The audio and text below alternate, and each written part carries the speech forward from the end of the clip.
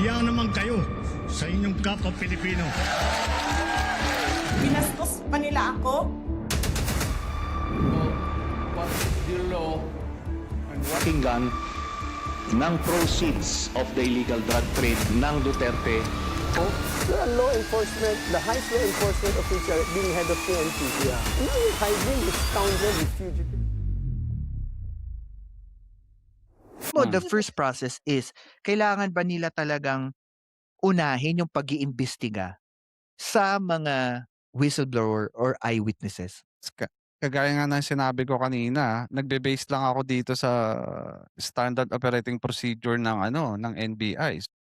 Ito naman ang sinasabi diyan. Ang number one sa kanila talaga is complaint or referral. Ayan, no? An investigation usually begins when someone files a formal complaint, 'di ba, with the NBI. Ito yung sinasabi dito.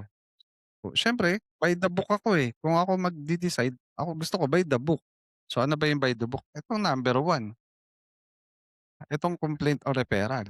And Tama, then, pangalawa na sa yung case evaluation. The complaint is valid if the complaint is valid within their jurisdiction. There's doon yung magi-start yung point ng initial investigation. Evidence, tapos yung probable cause, sufficient or not yung nilang dinedetermine. I think also people need to understand, kung wala nag-iimbestiga at puro na lang allege, puro na lang bato ng aligasyon sa mga taong involved, kailan po tayo matatapos? Paano natin malalaman kung totoo yung isang aligasyon kung wala namang investigasyon? Yun nga. 'Di ba? Hindi kasi nga, Yun yung ang parang nakikita ko question. nga, lahat ng ginagawa nilang ito, lalo na hindi nila dinadaan sa proper, sabihin natin proper venue, it's all about projecting something na totoo. Yeah, yeah. Yun yung nakikita ko. It's all public publicity. At saka kung ikaw yung nag-a-allege at matibay ang ebidensya mo, 'di ba tulad ng mga naaabuso, kahit na pagbali-baliktarin mo ang panahon, ang oras, kahit papuntahin mo pa sila kahit saang lugar, they know. Kahit walang kodigo, kahit Hmm, walang dokumento sa harap nila, they know what happened, correct, when, where, who. correct. Actually, that's yan yung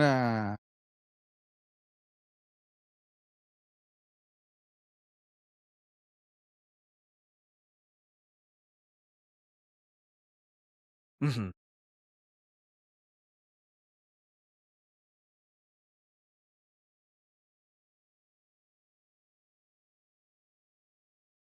oo naman. Unang-una dinaan nila sa social media agad, sa ang tawag dito, sa mainstream 'di ba? Kung Mhm. ikaw talaga meron kang proper complaint at yung complaint mo naniniwala ka 'no na,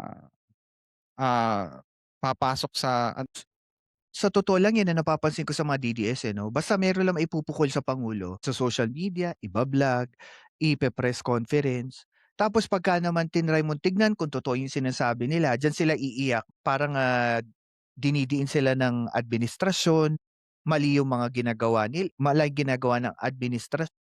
Pero kung tutuusin, paano mo naman mapo-prove yung sinasabi nila kung wala namang magpapatunay? Mhm. Naalala ko 'yan.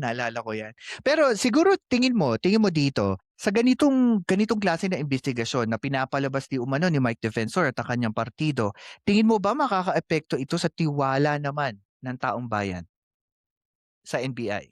Kumbaga ang punto mo lang is parang ang punto mo is more on just investigate it.